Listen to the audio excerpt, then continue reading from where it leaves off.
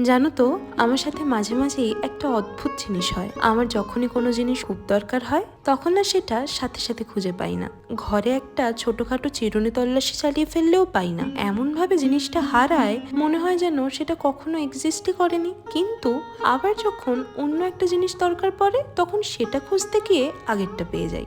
মনে হয় যেন সে আমার চোখের সামনেই ছিল, আমি তাকে দেখতে পাইনি। আচ্ছা, তোমাদের সাথেও কি হয় এমনটা? তবে জানো, রোজকার জীবনে এটা একটা বড় সমস্যা হলেও এই টেকনিকটা কাজে লাগিয়ে আমি আমার জীবনের কয়েকটা বড় বড় সমস্যার সমাধান করে ফেলেছি। কিভাবে বলো তো? ধরো, কোনো একটা বিষয় নিয়ে আমি খুব চিন্তিত, কিছুতেই সমাধান বের করতে পারছি না। আমি তখন সেটা নিয়ে ভাবা ছেড়ে দিই। তারপর দেখি হঠাৎ করেই নিজে থেকেই একদিন সব সমাধান পেয়ে যাই। আমি এটুকু বুঝেছি, কোনো কিছুকে যখন আমরা খুব করে খুঁজতে চাই তখন আর সেটা ধরা দেয় না।